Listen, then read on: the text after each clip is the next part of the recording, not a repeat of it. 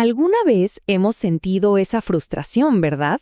Votamos, elegimos a nuestros gobernantes y de repente parece que pueden hacer lo que quieran, como si no tuvieran límites. Bueno, ¿por qué pasa esto? Para tratar de entender este gran rompecabezas del poder, vamos a usar las ideas de un pensador fundamental, Guillermo O'Donnell. Él nos dio un mapa increíble para entender cómo se controla, o a veces no se controla, a quienes nos gobiernan. Miren, esta será nuestra hoja de ruta. Empezaremos con ese problema que todos conocemos. Luego, vamos a definir dos formas de rendición de cuentas, súper importantes. Después, nos meteremos con el ADN de la democracia, sus 3 ingredientes clave. Veremos qué pasa cuando la receta no funciona bien, hablaremos de 2 peligros, la usurpación y la corrupción, y cerraremos con una luz de esperanza, la lucha por mantener el poder a raya. Así que, empecemos por el principio.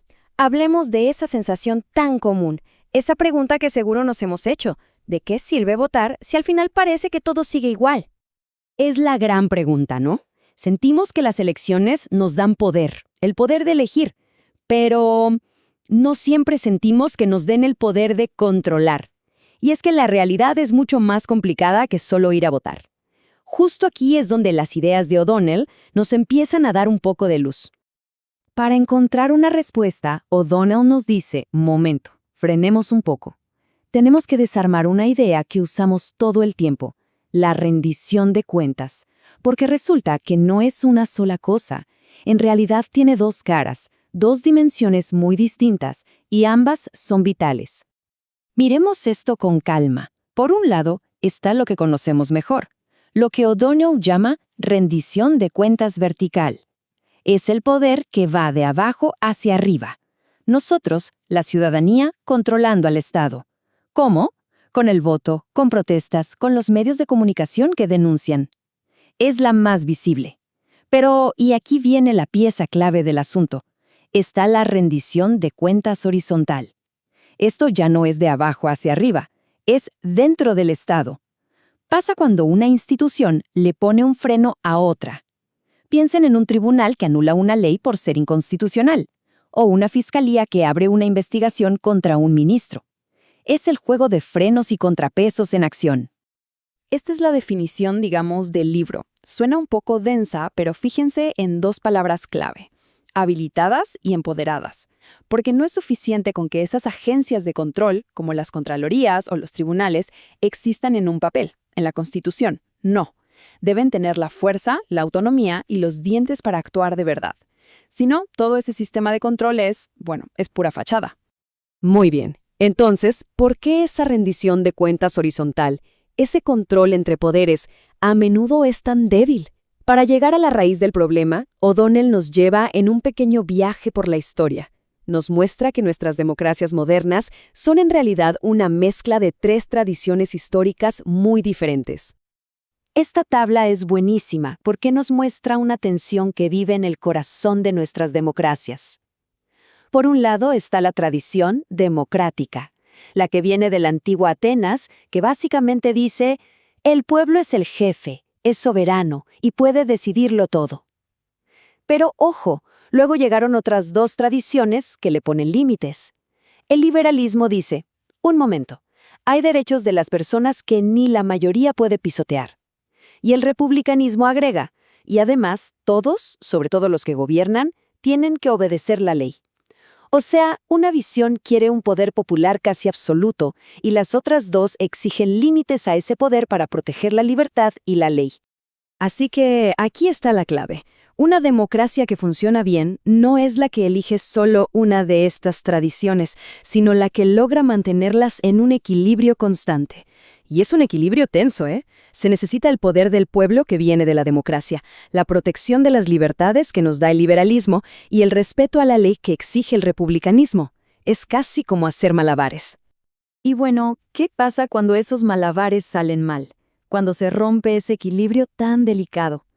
O'Donnell encontró un patrón muy peligroso, sobre todo en las democracias más nuevas, donde la receta de los 3 ingredientes simplemente no cuaja.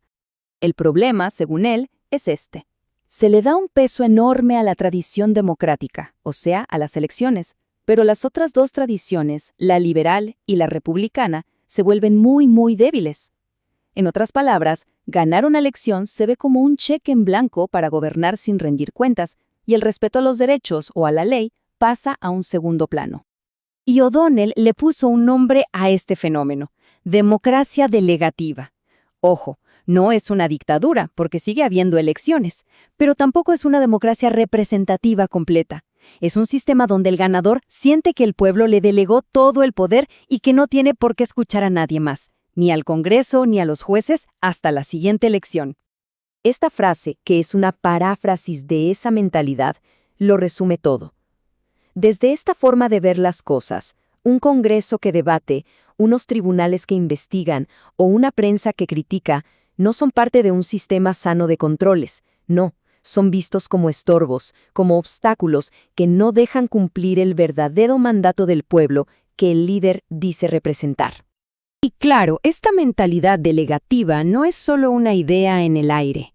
Tiene consecuencias muy reales y destructivas para las instituciones. O'Donnell nos advierte de dos de las peores. Por un lado, tenemos la usurpación, que es cuando un poder del Estado se mete en el terreno de otro, por ejemplo, un presidente que ignora una sentencia de la Corte. Y por otro, la corrupción, que es usar un cargo público para llenarse los bolsillos. Ambas cosas florecen cuando la rendición de cuentas horizontal es débil o inexistente. Ahora, les dejo una pregunta para que la pensemos un segundo. De estos dos males, la usurpación y la corrupción, ¿cuál creen que es la amenaza más grave para la supervivencia de una democracia?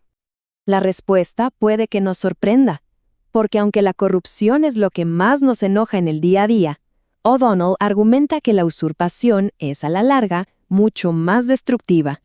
Y esta es la razón, que es fundamental. Pensemos que la corrupción es como una enfermedad que va debilitando el cuerpo de la democracia por dentro. Es grave, claro, pero la usurpación es un ataque directo al esqueleto del sistema. Cuando un poder elimina o anula a las instituciones que deberían controlarlo, no solo está violando una ley, está destruyendo la capacidad misma del sistema para defenderse en el futuro. Bueno, el panorama parece un poco gris, ¿no? Pero si el problema es la debilidad de las instituciones, ¿dónde encontramos la solución? O'Donnell no nos deja en la oscuridad. Nos dice que hay fuerzas muy potentes que pueden, y de hecho deben, luchar para reconstruir esos controles. Y esta es probablemente la idea más poderosa de todas. Esas instituciones del Estado, los tribunales, las fiscalías, las contralorías, no actúan en el vacío, no son robots. Se sienten presionadas, se ven obligadas a hacer su trabajo cuando la ciudadanía, desde abajo, con la rendición de cuentas vertical, se lo exige. Una alimenta a la otra. Son un círculo virtuoso. ¿Y quiénes son los actores de esa presión? Bueno, son varios, y todos son cruciales. Una prensa libre que investiga sin miedo. Organizaciones de la sociedad civil que denuncian. La indignación de la gente en la calle cuando hay abusos. Los partidos de oposición que fiscalizan, e incluso líderes dentro del propio gobierno que defienden los principios y las reglas del juego. Todos ellos juntos crean el ambiente para que los controles funcionen. Al final, lo que nos deja todo este análisis de O'Donnell es una idea potente y un poco incómoda. La democracia no es algo que pasa cada tantos años cuando vamos a votar.